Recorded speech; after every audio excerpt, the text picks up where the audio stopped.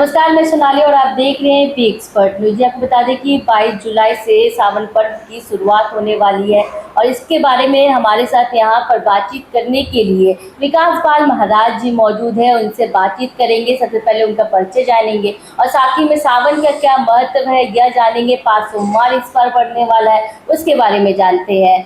आपका स्वागत है हमारे चैनल में। जी सबसे पहले आपका पूरा परिचय जानना चाहेंगे। मैं उत्तर प्रदेश सचिव विकास पाल महाराज, राष्ट्र धर्म हिंदू संगठन के महासचिव।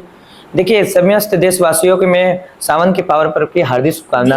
विकास जी, आपसे यह भी जानना चाहेंगे महाराज जी कि सावन का जो पर्व है वो 22 जुलाई से स्टार्ट हो रहा है, क्या कुछ महत्व है सावन? देखिए, सावन का ये सर्वश्रेष्ठ महत्व है जो हिंदुत्व को सबसे बड़ा बाबा विश्वनाथ की नगरी जो कहा गया है।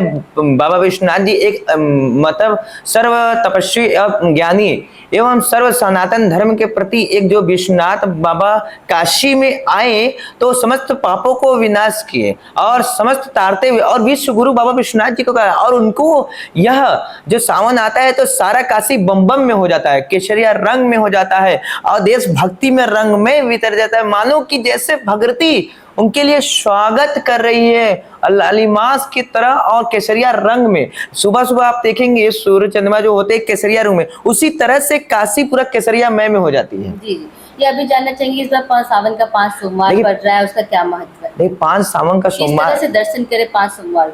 नहीं, 5 सावन का सोमवार सर्वश्रेष्ठ पावन पवित्र होता है जो पंच तत्व में है और इस समय बाबा विराट स्वरूप में होते हैं। इसमें रुद्राभिषेक, बेलपत्र एवं अन्य प्रकार का उनको अर्पण करे। लेकिन प्रभु भोलेनाथ का सर्वश्रेष्ठ जो पदार्थ है जो उनको सब ज्यादा चढ़ता है वो सबसे ज्यादा बेलपत्र होता है जो कि लक्ष्मी स्वरूप है। और जो दूध उनके लिए चढ़ता है, दूध से पितृ दोष खत्म होता है, ग्रह खत्म होता है।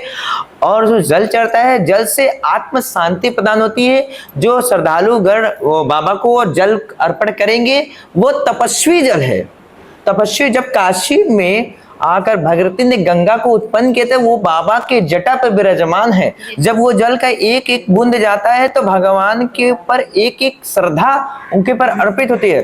कहते ना, जस जैसी भावना देखत तक मुहूर्तों से, तो जैसा भक्त श्रद्धालु कांवरिया वाला उनको देखेगा वैसे भगवान उसकी भला करेंगे। जी, सावन में अगर बात कीजिए तो बाबा भोलेनाथ को क्या कुछ चढ़ावा चढ़ा सकते हैं? देखिए, मदार की माला एवं धूप दीप भस्म, भगवान को भस्म हमेशा प्रिय, जो कि भस्म पितरों और पिचास को वो खत्म कर देता है। इसलिए भगवान भोलेनाथ को पिचास की भस्म की आवश्यकता है। लेकिन इसका मेन महत्व जो हम बता दे रहे हैं आपको, मेन महत्व होता है जल का। जल ही जीवन है और जल से ही श्रवण कुमार जब कांवर लेकर चला था तो अपने माता पिता को जल को उनके जब भी कोई हम कार्य करते हैं तो हमारे लिए जल बहुत महत्वपूर्ण होता है।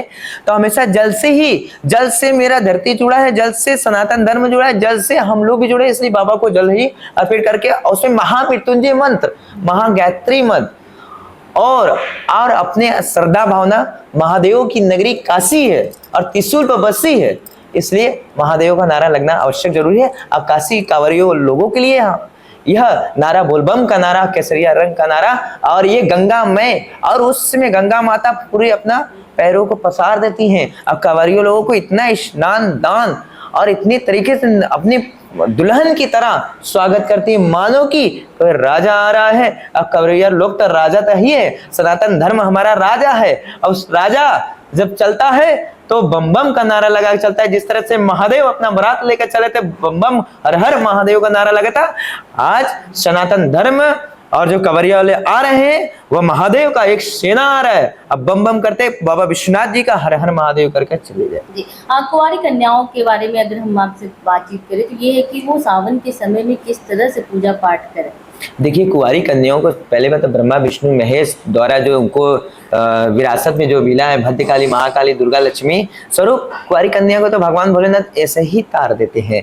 लेकिन कुंवारी कन्या भोलेनाथ के लिए महामृत्युंजय का मंत्र जपते हुए एवं उनको भांग धतूरा अर्पित करके अर्धनागेश्वर की तरह जल दे, जो कि भगवान शिव जी अर्धनागेश्वर भी हो जाते हैं, जो कि पूरे फैमिली पूरे परिवार के साथ वो अशोक सुंदरी, कार्तिक, गणेश मतलब पूरे महादेव के पूरे परिवार बैठे रहते हैं। इसलिए परिवार समेत कुंवारी कन्या ये कार्य करे, चंदन और भस्म से उनको अर्घनाशीश्वर तरह दूध का अर्पण करें तो उनका विवाह आवश्यक।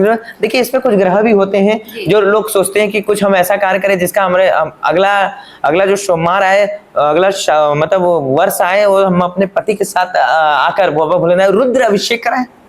रुद्र अभिषेक से ये होता है पितृ दोष खत्म हो जाएगा।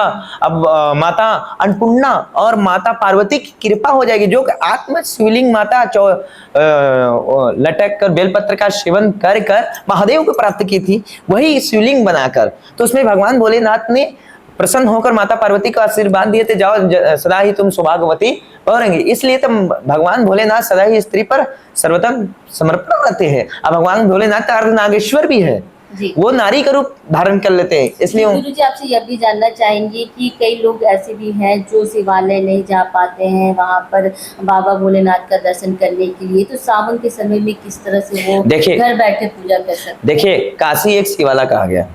काशी में रहने वाले व्यक्ति सर्वश्रेष्ठ एवं पुण्य पावन हो जाता है, जो कि काशी में मरने के लिए आते हैं। मरे मरणम सर्वश्रेष्ठम मोक्षदायिनी उत्तरवाहिनी, मोक्षदायिनी उत्तरवाहिनी ये है। अब काशी तो शिवालय, काशी में पैर रखने से ही शिवालय, काशी का हर घर घर शिवालय, हर घर घर में शिवलिंग है, घर घर में पारस, उसी का नाम विश्वनाथ है। तो काशी एक अविनाशी प्रकाल तक जीवित रहेगी, ये कहा जाता है। काशी में ऐसा स्थान, एक ऐसा स्थान है जहां 33 करोड़ देवी देवता यहाँ आते हैं। कार्तिक माह में स्नान करके समस्त भक्तों को आशीर्वाद देकर चले जाते हैं। इसलिए काशी में अगर आप पैर भी रखकर महादेव का नाम कर लेंगे, तो स्मरण भी कर लेंगे, तो आपका रोग दोष ऐसे ही खत्म हो जाएगा। ये भी जानना चाहेंगे कि मुख्यमंत्री योगी आदित्यनाथ की तरफ से निर्देश आया है कि सावन में जो कांवड़ मार्ग होता है वहाँ पर जो ढाबा है, कई ढाबा पड़ते हैं रास्ते में खाने पीने की, उस ढाबों का नाम लिखा रहना चाहिए, तो उस पर क्या कुछ कहेंगे आप? देखिए सनातन धर्म में एक सर्वश्रेष्ठ पर्व पावन पर्व सावन मास आ रहा था। सावन मास में कांवरियों लोगों को शुद्ध खाना मिलना चाहिए। जो आदित्य योगी नाथ जी हमारे जो ये बोले हैं, बहुत सुंदर बोले हैं, इससे सारे संत महात्मा बहुत उनसे प्रभावित है। और देखा जाता है कि कुछ व्यक्ति जो होते हैं, कुछ व्यक्ति अपने दुकान चलाने के लिए वो अपने बिजनेस को बदल लेते हैं, सनातन धर्म के प्रति छेड़छाड़ करते हैं। ऐसा नहीं होना चाहिए। This the prime minister of Narendra Modi, तो हमारे प्रधानमंत्री पर गर्व होना चाहिए, हमारे सीएम पर गर्व होना चाहिए कि सनातन धर्म के प्रति, हर धर्मों के प्रति वो एक नियम निकाल रहे हैं। इससे कांवड़ यात्री एवं व्रत जो श्रद्धालु होते हैं, जो घर से संकल्प लेकर आते हैं और रास्ते पैरे उनको खंडित हो जाते हैं, तो उसका प्रभाव किसको पड़ेगा? This the Raja is the prime minister. इस निर्देश को लेकर विपक्ष भी काफी देख रहा है, उनकी तरफ से कमेंट्स आ रहे, क्या कहेंगे इस पर? देखिए राजा जैसे काशी नरेश थे, तो जब लाल किला को बना रहे थे तो अंग्रेजों ने विपक्ष किया, उस पर कुछ न कुछ किया। तो देखिए जब समुद्र मंथन हुआ तो उस पर भी असुर ने, तो ये सब असुर बाय बुझादर असुदर मारे, ये भी मर जाएंगे और हमारा सनातन धर्म जय जय बम बम हो जाएगा। और आदित्य योगीनाथ जी जो फैसला लिए हैं वो सर्वश्रेष्ठ बाबा विश्वनाथ जी की दोनों हाथों से उनका आशीर्वाद लगते हुए ये भी जल में होकर सही हो जाएगा। ये सब देखिए विरोधी पार्टी ये सब होते हैं, जो फतिंगे होते हैं, इस पर अलाउड थोड़ा बहुत छिड़क देंगे वो सब खत्म हो जाएंगे। और हमारे तो कांवड़ वासी होते हैं, गंगा जल छिड़क देंगे, हम लोग तो ऐसे ही साफ कर देंगे। शुक्रिया विकास बाल महाराज जी हमसे जुड़ने के लिए। आप देख सकते हैं कि हम बात कर रहे थे विकास बाल महाराज जी को से, और साथ तौर पर उन्होंने सावन को लेकर महत्व बताया, जैसे कुंवारी लड़कियां किस तरह से पूजा करें अपने सावन सोमवार को लेकर, उसके बारे में भी बताया।